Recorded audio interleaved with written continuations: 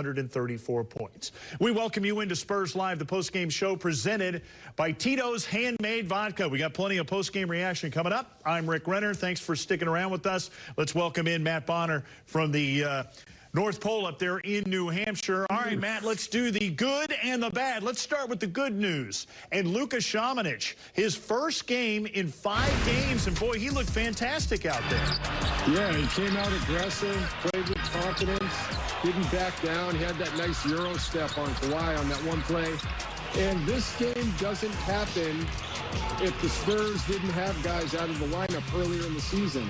So, you know, that was a tough stretch for the Spurs. We always talk about you can turn it into a positive. If young guys like Luka take advantage of their opportunity in order to gain experience, gain confidence for further down the line. And tonight was one of those games where Rudy's out. They put give Luka Rudy's minutes, and he goes out there and helps. Yeah, and you know, one thing that you're always stressing as we go from the good to the bad is taking care of the basketball. So many points off of turnovers in this one. The Clippers were able to get 28 points off turnovers. That's the second most the Spurs have given up to an opponent, something we rarely see, which is a good thing, but that's just going to kill you on a night like this. Yeah, for sure, especially when you're playing a team as offensively talented as the Clippers, as good three-point shooters as the Clippers are. I mean, Kawhi had 5 steals tonight. You said it, the Spurs, #1 in the league in committing the fewest turnovers, just had an off night in that regard this evening. All right, let's get some instant reaction from the guys who called it, Bill Land and Sean Elliott, who are standing by back at the AT&T Center.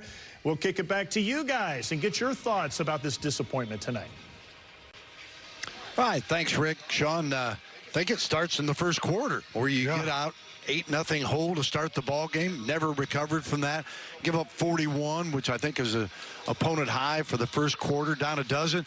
Make a nice run in the second quarter, got back within 5, and you're thinking, all right, if you go in the locker room and you're down 6, 7, 8, maybe you got a chance, but then the Clippers turned it back on, and then the Spurs never recovered from that. They were just never able to turn off the faucet, and, you know, our guys just got inundated and flooded with points. 41 in that first quarter. I mean, you hit it on the head there, Bill.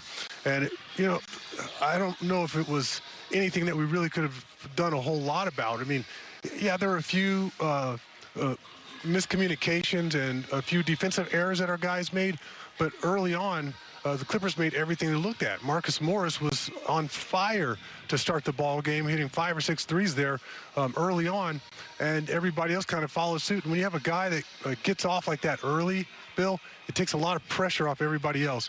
And next thing you know, all the shots are loose, they're flowing, and it looked like the Clippers just never slowed down in this one. Well, maybe they learned their lesson after the lethargic start to the game against Atlanta in the last game, and their bench won it for them. Their starters starred tonight. Yeah. The standings tell another story as the Spurs have now dropped 3 in a row. They came in, remember, the #7 team, but Dallas with a victory tonight over Minnesota has leapfrogged the Spurs. Spurs 8.5 back from the top, a half game with Dallas, and we're going to see a lot of flip-flopping going on throughout the remainder of the season. But Spurs certainly got to take advantage of having these home games and somehow find a way to have some success at the AT&T Center. No question. And like I said earlier in the telecast, the guys put a lot of pressure on themselves after losing that first one at home. You know, they've done such a great job all year of taking care of teams that are below 500 or right there, hovering around 500, and then you come home and you drop that one after you played well on the road. Now you put a lot of pressure on tonight's game. You don't play well, or the Clippers play out of their minds, take your pick, and then you have much more pressure on tomorrow night's game. You feel like you've got to get one of those. So hopefully our guys come out with a sense of urgency, but they're not pressing too much. Yeah, well, we'll see. We're certainly going to look forward to it. The Clippers, I don't think they shoot much better than they did tonight and what they did against Atlanta. So hopefully the Spurs will get off to a better start, and that'll end up in a better result. We'll check it out. Rick, we'll send it back to you. Thank you, guys. We'll look forward to seeing you tomorrow. Same game, different results, same bad channel. Appreciate it. We'll look forward to seeing you tomorrow, 7 o'clock start time on Spurs Live. Here's a look at their 3-headed monster.